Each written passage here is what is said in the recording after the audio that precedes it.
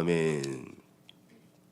성령을 받으라 다섯 번째 시간입니다. 오늘은 시편 139편입니다. 시편 139편 동행하시는 영, 동행하시는 영에 대한 말씀 함께 나누겠습니다. 139편 1절에서 10절입니다. 시편 139편 1절에서 10절 제가 읽습니다. 동행하시는 영.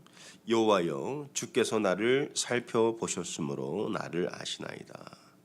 주께서 내가 앉고 일어섬을 아시고 멀리서도 나의 생각을 밝히 아시오며 나의 모든 길과 내가 눕는 것을 살펴보셨으므로 나의 모든 행위를 익히 아시오니 여호와여, 내 혀의 말을 알지 못하시는 것이 하나도 없으시니이다.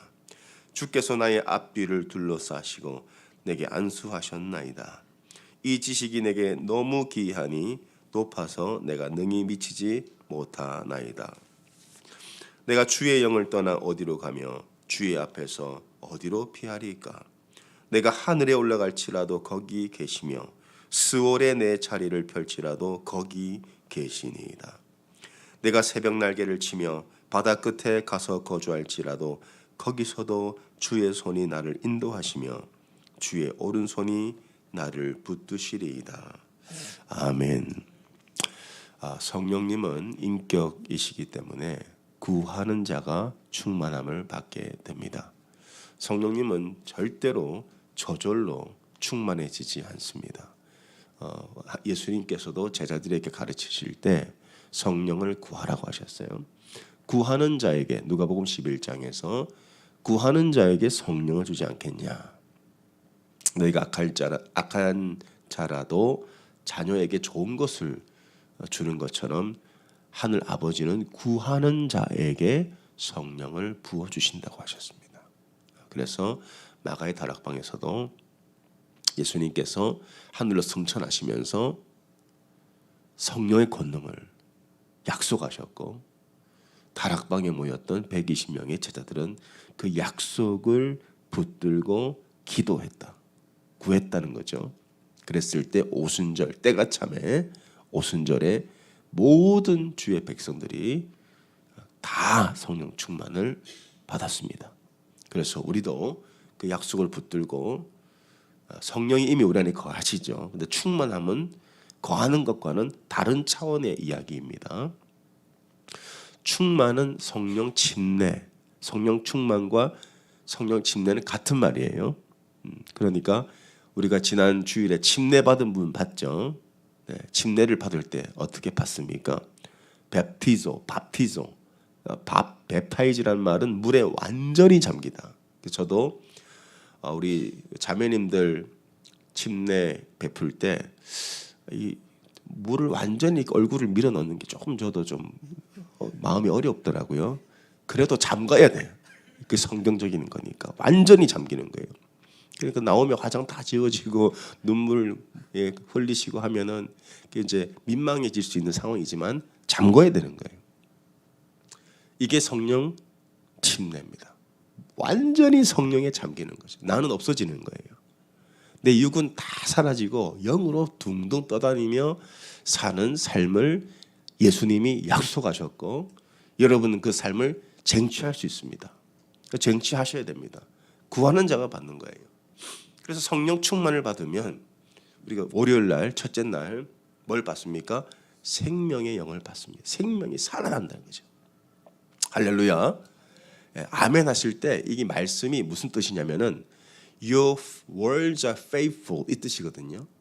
그러니까 이 아멘도 옛날에는 뭐 하면 복 들어간다 그랬잖아요. 그게 아니고 이제 저는 이제 설교자잖아요. 설교자는 신약 시대에 이제 예언하는 자, 하나님 말씀을 대언하는 자이기 때문에 말씀이 선포될 때 그걸 아멘으로 받으면 할 때 복 들어가는 게 아니고 아멘으로 받을 때 하나님의 말씀을 내가 믿습니다라는 뜻이거든요. 아멘. 아멘 하시기 바랍니다. 아멘 할 때 하나님의 말씀 믿습니다. 그러면 그게 영적으로 우리에게 선포되는 거예요. 영적으로. 아멘. 네. 그래서 생명의 영이. 그래서 이 말씀을 선포할 때 생명이 살아나요. 그다음에 지혜의 영이시다. 성령 충만을 받으면은 지혜가 임합니다.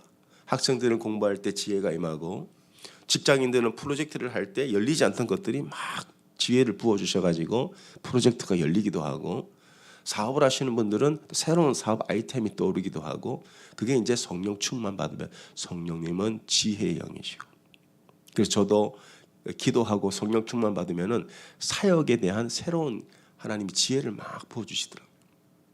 세 번째가 이제 새 창조의 영이다 그랬습니다. 새 창조, 새로운 역사, 새로운 일이 일어난다. 그래서 사울이 변하여 새 사람이 되었죠. 이처럼 병아리가 닭이 되는 게 아니고 닭이 뭐가 돼요? 독수리가 되는 새로운 사람이 된다. 새로운 세대가 일어난다. 그다음에 어제 나눈 말씀이 돌파가 일어난다 그랬어요. 요엘 선지자의 그 예언처럼 완전히 새로운 역사가 일어나는데 자 오늘은 성령의 동행하심에 대한 말씀을 함께 나누겠습니다. 자 오늘 이 말씀은 다윗에게 일어난 일이에요. 다윗은 왕의 기름 부음을 받습니다. 왕의 기름 부음을 받기 전에 이제 받고 나서 성령의 기름 부으심을 같이 받아요. 왕의 기름 부으심, 성령의 기름 부으심. 그러니까 목회자도 마찬가지입니다. 목사로 안수를 받으면은 성령 기름 부으심 받고 우리 뭐 집사님들도 그렇게 돼요. 하나님께서 직분을 주시면은 그 기름을 부어 주시는 거예요. 기름을 딱 붓고 나니까 다윗의 삶은 승승장구였습니다. 골리앗을 일단 쳐 죽이고 그다음에 나가는 곳마다 전쟁을 나가면 무조건 이기고 사람들의 인기도 점점 많아지고 다윗은 천천히요 다윗은 만만히요 사울은 천천히요 이름이 막 알려집니다. 근데 그게 이제 다윗에게 있었던 전성기 시절이 있었는데 왕의 사위가 됩니다. 야, 드디어 내가 부모에게도 인정받지 못하고 형제들에게도 인정받지 못했던 내가 왕의 사위가 됐으니 다윗은 얼마나 좋았겠어요. 한번 생각을 해보세요. 공부를 못하던 아이가 공부를 갑자기 잘하게 돼가지고 1등급 대학을 들어가고 하버드를 들어가고 그러면은 주변에서 보는 시선이 얼마나 달라집니까? 그리고 부모에게는 또 얼마나 기쁨이 됩니까? 부모의 자랑이 되겠죠. 야, 자식을 참 잘 키웠대. 어떻게 자녀를 하버드를 보내고 서울대를 보내고 그럽니까? 그러면은 다윗은 이제 완전히 삶이 달라지는 거죠. 밖에 나가서 양만 치던 자식 대접도 제대로 받지 못했던 다윗이 왕의 사위가 되고 어딜 가나 환영받고 인정받고 야, 저 사람이 다윗이야. 저 사람이 왕의 사위가 됐어. 우리가 고시 공부를 열심히 해서 이 통과만 해도 시골에 가면 옛날에 플래카드 걸어놓고 판검사 되면 가문의 영광이 되고 그러면 대접이 달라지죠. 야, 얼마나 좋을까. 근데 그 일도 잠시 다윗은 억울한 누명을 씁니다. 저 다윗이 교만해져 가지고 저 사울을 죽이고 자기가 왕이 되려고 한대. 그리고 사울 주위에서는요 그걸 부추겨요. 또 사울을 막 부추깁니다. 왜냐하면은 다윗이 너무 급부상하니까 질투하고 시기하는 사람들이 생겨났어. 그러면서 다윗이 하지도 않은 일을 했다고 그러고 하지도 않은 말을 했다고 그러고 그러니까 사울은 안 그래도 여호와의 영이 떠나서 번뇌하는데 거기서 기름을 부어요. 주변에 있는 간신배들이 부추깁니다. 그러니까 사울은 자꾸 상상을 하게 되죠. 저 다윗이 언젠가는 나를 죽이고 왕의 자리를 차지할 것이다. 그러면 내 자녀들은 죽임을 당할 것이다. 당시 그랬기 때문에 많은 왕들이 그렇게 죽임을 당했거든요. 자기만 죽는 게 아니고 자기 아들들도 다 죽습니다. 그러니까 사울은 눈에 불을 켜고 다윗을 죽이려고 했던 거예요. 저 다윗은 죽어야 돼. 다윗이 죽어야 내가 살고 내 아들들이 산다. 요나단이 왕이 되어야 되는데 다윗이 살아있으면 요나단은 절대 왕이 될 수 없다. 다윗을 반드시 죽여야 내 왕권이 지속되고 내 자식을 살리는 것이다. 사울은 그런 생각을 했던 거예요. 그러니까 군대를 풀어서 10년 이상을 10수년을 다윗을 죽이려고. 그래서 다윗은 왕의 사위가 됐다가 하루아침에 노숙자가 됩니다. 하루아침에 집도 없고 돈도 없고 아무것도 없는 그냥 몸만 겨우 빠져나와서 그 엔게디 광야, 십광야 생각을 해보세요. 우리 거기를 안 가봐서 그렇지 낮에는 50도, 섭씨 50도가 넘는 그 태양볕에 숨을 곳이 없습니다. 밤에는 또 기온이 얼마나 떨어집니까? 배는 또 얼마나 고파요? 얼마나 배가 고팠으면 제사장이 먹던 떡을 가서 먹기도 하고 얼마나 두려웠으면은요 미친 척을 하고 수염에 침을 지질 흘리면서 블레셋의 망명을 가기도 하고 미친 척을 하기도 하고 얼마나 힘들었을까. 처음부터 힘든 사람은요 힘든 게 익숙해져요. 근데 다윗은 왕의 사위였잖아요. 사업이 막 잘 되다가 갑자기 IMF를 터져가지고 사업이 어려워지고 그러면 얼마나 사람들이 힘들어요. 나쁜 생각도 하죠. 지금 다윗이 그런 상황에서 이 시편 139편을 쓴 겁니다. 그런데 이 말씀을 잘 보면 다윗은 그 모든 어려운 시간, 힘든 시간을 인내합니다. 기다리고 버팁니다. 혹시 오늘 이 말씀을 들으시는 분들 가운데 지금 다윗과 같은 상황이 있습니까? 광야 같은 그런 상황. 하나님 앞에 나오고 싶어도 지금 나오지 못하는 아마 온라인으로 예배를 신청하신 분들은 지금 말씀을 듣는 분도 계실 텐데 주님 나 주예 전에 나가고 싶은데 나갈 수가 없어요. 몸이 아파서 나갈 상황이 안 돼서 이 광야가 언제 끝납니까? 그런 분들이 분명히 있을 겁니다. 다윗은 버텼습니다. 그리고 성경은 우리에게도 버티라고 말합니다. 어떻게 버텼을까? 다윗은 그 시간을 어떻게 버텼을까? 다윗은 이런 고백을 해요. 내가 버틸 수 있었던 것은 주의 영이 나와 함께 했기 때문이다. 그러면서 7절 보겠습니다. 내가 주의 영을 떠나 어디로 가며 주의 앞에서 어디로 피하리까?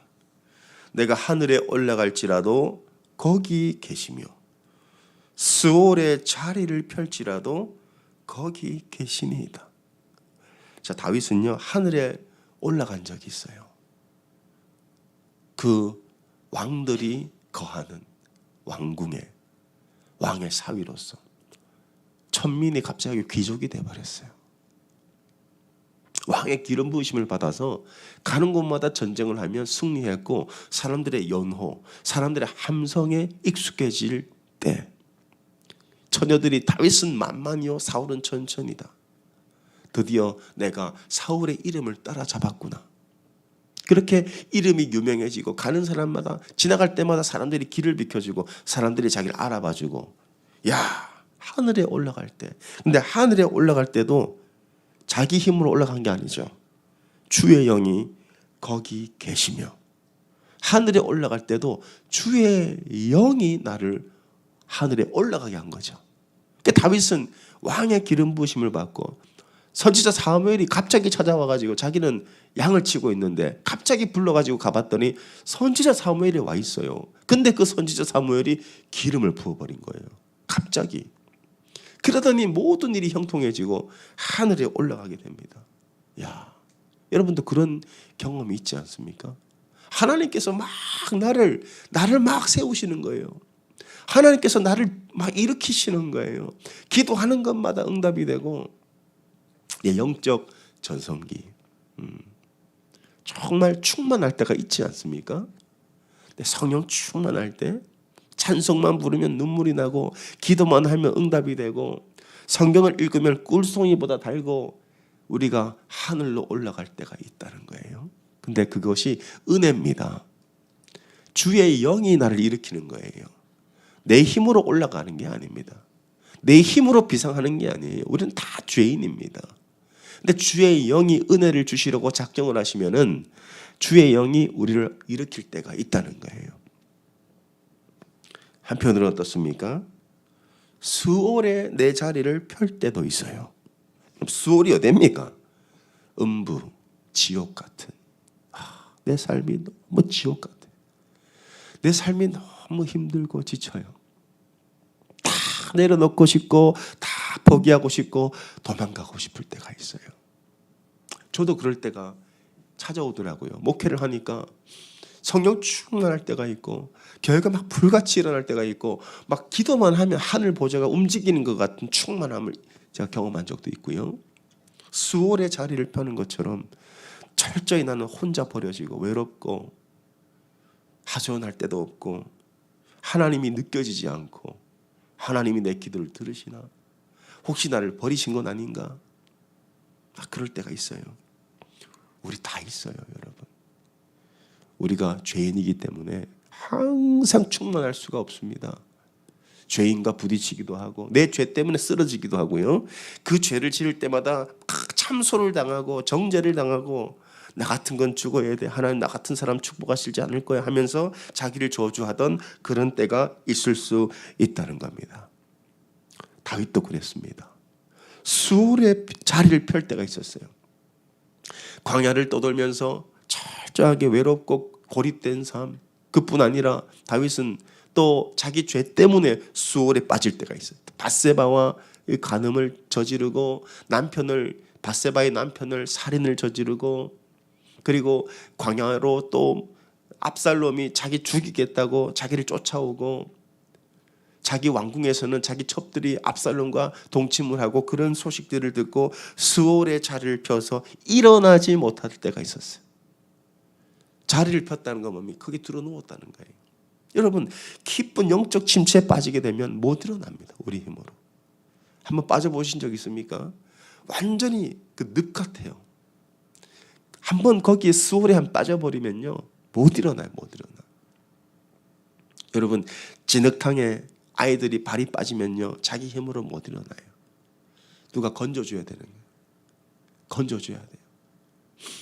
참 제가 지난 우리 커머스에 우리가 그 개강 예배를 준비할 때 재미있는 일이 있었어요. 비가 잔뜩 와가지고 잔디가 이렇게 촉촉하게 젖어 있었는데 우리는 그것도 모르고 주차할 데가 없으니까 차를 그 잔디에다 뒀다가 바퀴가 빠져가지고 계속 헛돌고 뒤에서 밀어도 안 되고 엑셀레이터를 밟아도 안 되고 결국은 차를 우리 건지지를 못하고 그냥 돌아왔습니다. 나중에 견인차가 와서 그걸 건져냈어요. 이처럼 우리가 수월에 빠질 때가 있습니다. 발을 잘못 디뎌가지고 우리 힘으로 못 일어날 때가 있어요. 근데 다윗이 뭐라고 고백합니까? 내가 수월에 내 자리를 펼치라도 거기 주의 영이 함께 계시니이다. 주의 영은 우리가 하늘에 있을 때도 계시고 그래서 우리는 교만해질 수가 없다. 우리가 하늘에 있어도 우리 힘으로 간 게 아니고 주의 영이 우리를 일으키시고 주의 영이 우리를 세우셨기 때문에 우리는 교만해질 수가 없고 수월에 빠질 때가 있습니다. 그래도 우리는 낙심하고 좌절하고 있을 수가 없습니다. 왜? 수월에 내 자리를 펼지라도 주의 영은 거기 계시기 때문이다. 그래서 성령님은 예수님이 이렇게 말씀하셨어요. 내가 너희를 떠나지만 또 다른 보혜사를 보내겠다. 또 다른 보혜사란 말은 다른 종류가 아니고 같은 종류인데 다른 분이 오신다는 뜻이에요. 같은 존재, 보혜사. 요한복음 우리 14장 16절을 한번 같이 보겠습니다. 요한복음 14장 16절. 신약 172면에 있습니다. 주의 영이 함께 하신다. 동행하신다 그랬어요.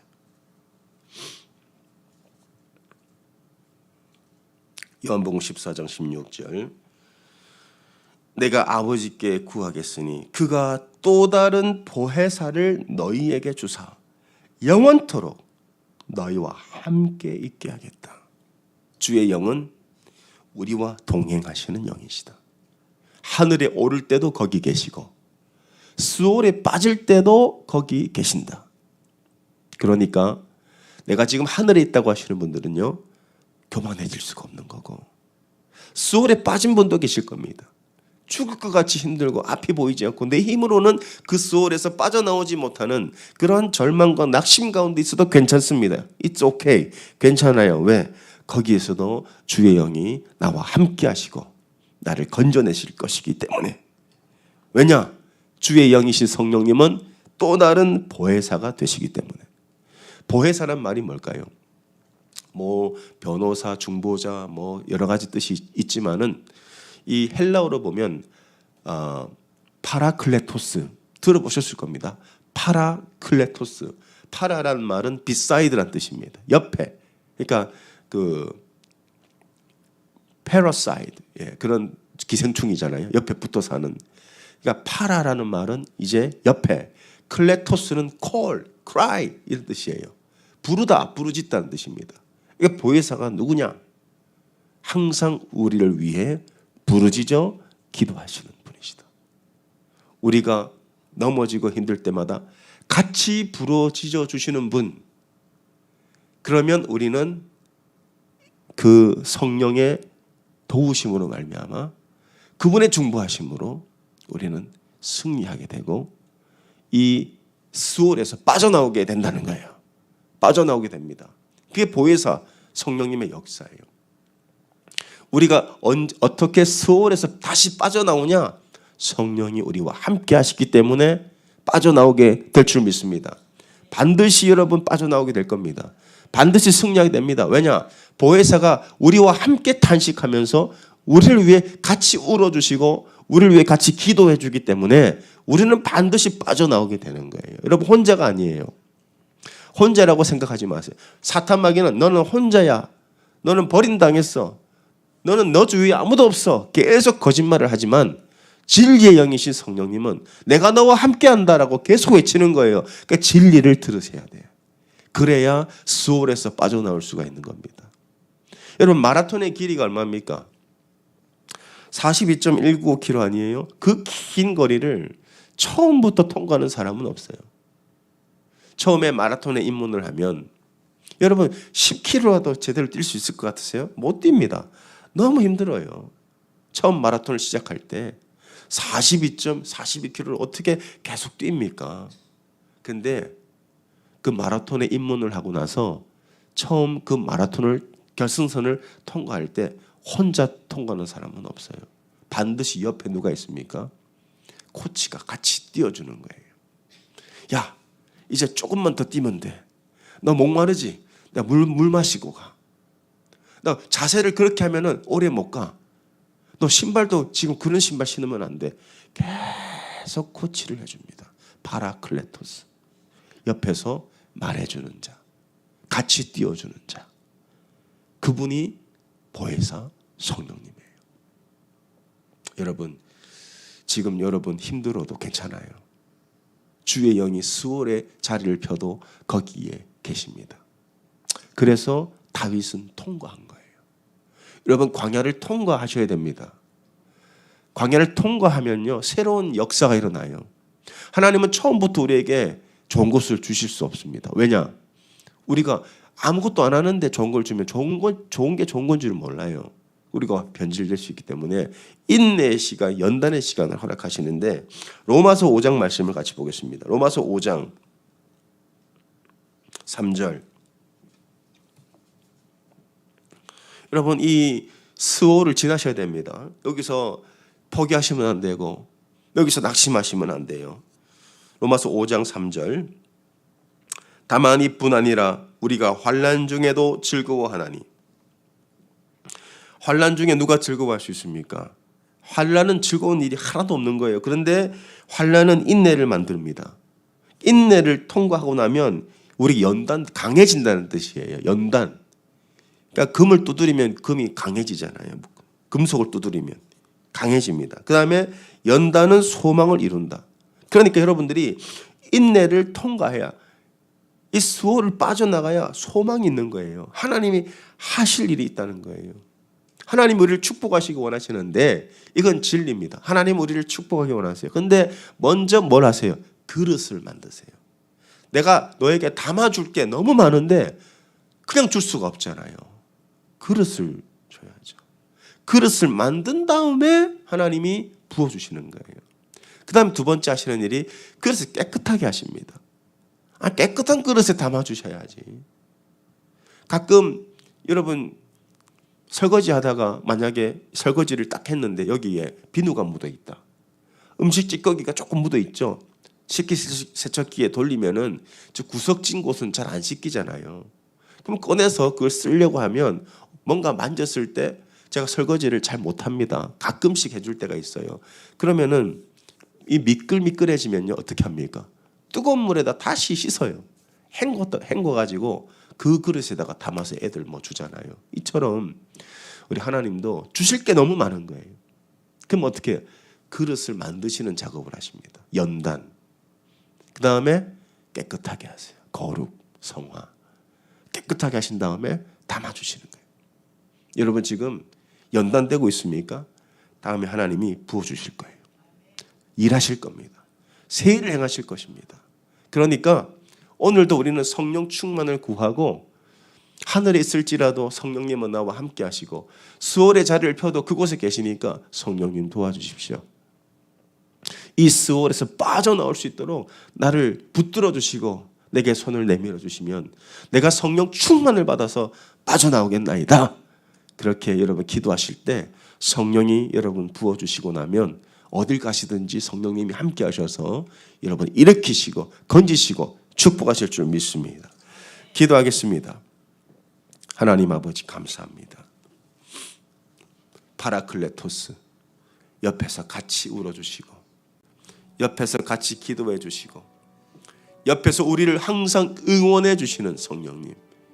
다윗이 하늘에 올랐던 적도 있고 스올에 자리를 펼 때가 있었습니다. 이처럼 우리의 신앙생활도 충만할 때가 있고 형통할 때가 있다면은 스올의 자리를 펼 때도 있습니다.